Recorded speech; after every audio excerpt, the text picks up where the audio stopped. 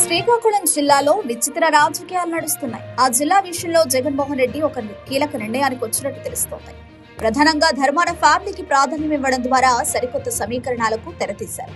అయితే ఇక్కడ మాజీ స్పీకర్ తమ్మినేని సీతారాంకు మాత్రం ప్రాధాన్యత తగ్గింది. మొన్నటి ఎన్నికల్లో ఆమదాల వరుసలో ఓడిపోయారు సీతారాం. నియోజకవర్గ ఇన్ఛార్జిగా ఉన్న సీతారాంను తప్పించి ద్వితీయ శ్రేణి నాయకుడికి బాధ్యతలు కట్టబెట్టారు జగన్మోహన్ రెడ్డి. అయితే ధర్మాన ప్రసాద్ రావు ఏడాది కాలం పాటు క్రియాశీలకంగా లేకపోయినా ఆయనకు రాష్ట్ర స్థాయిలో బాధ్యతలు కట్టబెట్టేందుకు సిద్ధపడుతున్నారు.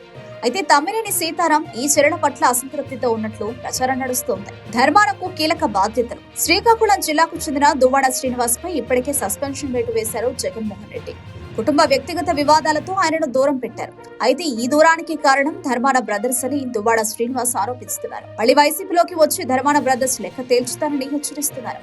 సరిగ్గా ఇటువంటి సమయంలోనే జగన్మోహన్ రెడ్డి ధర్మాన ప్రసాద్ రావుకు కీలక బాధ్యతలు కట్టుబెడతారని తెలుస్తోంది. తాడేపల్లిలోని పార్టీ కేంద్రాల కార్యాలయ బాధ్యతలతో పాటు రాష్ట్ర వ్యాప్తంగా పార్టీ సమన్వయ బాధ్యతలు ఇస్తారని ప్రచారం జరుగుతోంది. ఇది ఎంత మాత్రం దువ్వాడ శ్రీనివాస్ కు మింగుడు పడ్డం లేదు. మరోవైపు తమ్మినేని సీతారాం సైతం తీవ్ర అసంతృప్తితో ఉన్నట్లు ప్రచారం నడుస్తోంది. ఆ రెండు ఫ్యామిలీలను ఓడించేందుకు శ్రీకాకుళం జిల్లాలో కుల రాజకీయాలు ఎక్కువ. కాళింగ సామాజిక వర్గానికి చెందిన వారు దువ్వాడ శ్రీనివాస్, తమ్మినేని సీతారాం. అయితే వెలమ సామాజిక వర్గానికి చెందిన ధర్మాన ప్రసాద్ రావు విషయంలో ఆ ఇద్దరు నేతలు అసంతృప్తితో ఉన్నారు. కానీ వైసీపీ నుంచి సస్పెన్షన్ వేటు పడింది దువ్వాడ శ్రీనివాస్ పై. అటువంటి నేతతో కలిసి తమ్మినేని సీతారాం ఇప్పుడు పర్యటనలు చేస్తున్నారు, విమర్శలు చేస్తున్నారు. అయితే ఏదో ప్లాన్ తోనే ఇదంతా చేస్తున్నారన్న అనుమానం ఉంది.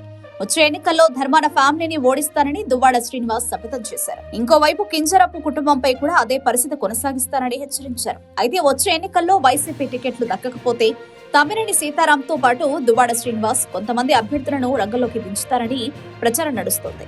మరి అందులో ఎంత వాస్తవం ఉందో చూడాలి.